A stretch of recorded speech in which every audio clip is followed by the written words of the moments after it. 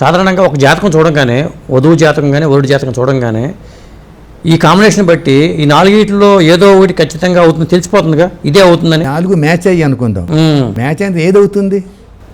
Okay, అప్పుడు ఈ rules చూడాలి. హస్బెండ్ది ఇది అయినప్పుడు వైఫ్ది ఏదవుతుంది? ఓకే, ఈ రూల్స్లో ఫిట్ అవుతున్నాయా లేవా ఆ 4 జాతకాల్లో? అదే ఆ 4 ఏది ఫిట్ అవుతుంది? మ్యాచింగ్ వేరు, మ్యాచింగ్ వేరు. అదే ఈ కాంబినేషన్ బట్టి వీళ్ళే అవుతారు అని. ఆ 4లోని ఒకటే ఫిట్ అవుతుంది, ఇలా ఒకటే ఫిట్ అవుతుంది.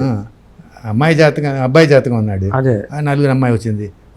నేను ఇందాక చెప్పినట్టు అబ్బాయి నాది అనుకోండి, తులా లగ్నం అబ్బాయిది, సప్తమాధిపతి వెళ్ళి సింహంలో ఉన్నాడు. ఆ 4లోని సింహంలో ఉన్న అమ్మాయి వచ్చింది అనుకోండి, that is the girl for this boy. Okay, మిగతా ఫిట్ అవ్వవు. అంటే ఆ రూల్స్లో ఫిట్ అయితే ఉన్నాయి, ఏవో రూల్స్ ఉన్నాయి, అందులో రాశాను నేను. అందులో ఏది ఫిట్ అయితే అతను అవుతుంది, అదే అది పాయింట్. కానీ తర్వాత మెయిన్ పాయింట్ ఏమిటి వచ్చిందంటే, అప్పుడు పెద్ద సత్రంలో ఉండేది మా ఇల్లు. మనం డబ్బులు తీసుకోం, ఫ్రీ కన్సల్టేషన్ వచ్చి ఊరికి ఒకటే సత్రమే మా ఇంటి రోజు పొద్దున్న సాయంత్రం ఇలా వచ్చేవారు అందరూ. అలాగే అక్కడ అమరాపురం ఇక్కడి నుంచి అక్కడి మొత్తం అమ్మాయిని తీసుకుని వచ్చారు. ఇది మా అమ్మాయి అండి, మా అమ్మాయికి పెళ్ళి ఎప్పుడు అవుతుందండి అన్నారు. ఓకే, నేను చూసి జాతకం ఉందా అంటే ఇచ్చారు, జాతకం చూశాను. ఇది చూసి ఎవరు వేశారండి జాతకం అన్నా అంటే రాజమండ్రిలోనే సిద్ధాంత్ గారు చూసాను, ఆ పేరే నాకు తెలిసిన పేరే. చూసి ఇదేంటి ఈ జాతకం మీ అమ్మాయిది కాదు కదా అన్నాను. ఓకే, అదే ఆయన సిద్ధాంత్ గారు వేశారు కదా, ఎందుకు ఇంత తప్పేశాడు ఈయన అని చూస్తుంటే రాజమండ్రిలో పుట్టినట్టు వేశాడు ఆయన. ఆ పిల్ల బాగా నేను హైదరాబాద్. ఇప్పుడు నేను కరెక్ట్ చేసి వేసి ఇది కరెక్ట్ జాతకం అండి, మీ అమ్మాయికి ఇప్పుడు పెళ్ళి లేదు అని. మీరు ఎలా తెలిసింది మీకు? అది అదే చెప్తాను. ఇప్పుడు పెళ్ళి ఎందుకు తిరుగుతాను అవసరం, కాళ్ళు చెప్పులు దండగా వేరు. కానీ అప్పుడు నాకు ఐడియా వచ్చింది. ప్రతి వాళ్ళు వచ్చి మా అమ్మాయి పెళ్ళి ఎప్పుడు అవుతుంది, అబ్బాయి పెళ్ళి అవుతుంటే ఎప్పుడు అవుతుందో తెలీదు. మీరేదో సప్తమాధిపతి దశ వచ్చింది, సప్తమంలో వచ్చి అడుగురు, సప్తమంలో గోచారం వచ్చి మామూలు రూల్సే ఉంటాయి కదా అంటాడు. అవును, 190 రూల్స్ అన్నీ ఫిట్ అవుతాయి, అన్నీ ఫిట్ అవ్వవు. అదే ఇది కాదు పద్ధతి. I must find out this also టెక్నికల్గా ఐ మస్ట్ ఫైండ్ అవుట్ ఏ ఏజ్లో పెళ్ళి అవుతుంది.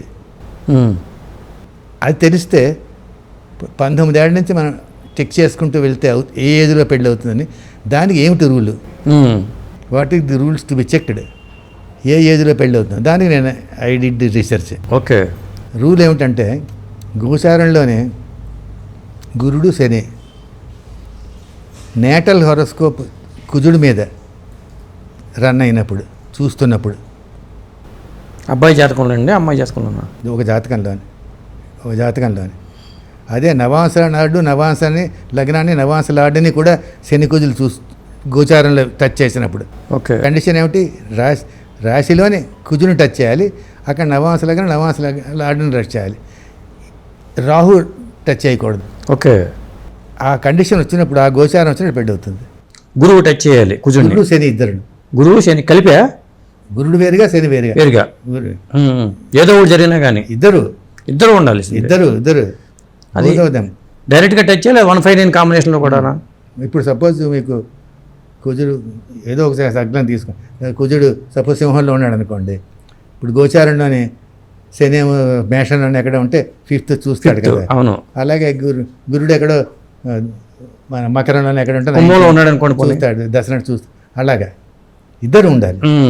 అదే మళ్ళీ రాహు గారు ఎక్కడక్కడ ఉంటే వాడు ఆపేస్తాడు మళ్ళీ. అవును, అంటే జాతకం నేటల్లో ఉన్నా కానీ గోచారంలో ఉన్నా కానీ ఈ రెండింటి బట్టి పెళ్ళి వస్తుంది, ఆ ఏజ్ వస్తుంది, ఆ ఏజ్లో అవుతుంది పెళ్ళి అని. ఓకే, ఆ ఏజ్లో మీ గోచారంలో ఫిట్ అవుతుంది.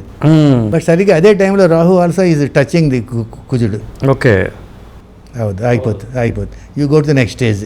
ఓకే, నెక్స్ట్ స్టేజ్ అట్లాగే ఒక అతను 32 years దాకా అవ్వకపోతే ఎందుకు అవ్వదో నాకు అర్థం కాదు. 20 ఏళ్ళ నుంచి వేసుకుని 20, 21, 22, 23 వెళ్తే 32 ఏళ్ళకి మిగతా అన్ని చోట్ల రాహు అడ్డు వస్తున్నాడు. ఓకే, 32 years వచ్చినప్పుడు అప్పుడు రాహు అడ్డవలేదు, ఇవన్నీ కండిషన్స్ సాటిస్ఫై అయ్యాయి. ఓకే, అప్పుడు పెళ్ళి అయింది. లాజికల్గా బాగుంది, మంచి పాయింట్ అది. మీకు ఇంకో డౌట్ రావచ్చు, కుజుడు ఎందుకు అంతే కదా. నేను కుజుడు చెప్తున్నాడేంటి ఇదేది, మీరు అందరినీ మీరు చేసేది ఏమిటి, ఉద్యోగం జాతకం పెళ్ళి అనగా శుక్రుడు, మీరు అందరు శుక్రుడు అనుకుంటారు, శుక్రుడు కాదు.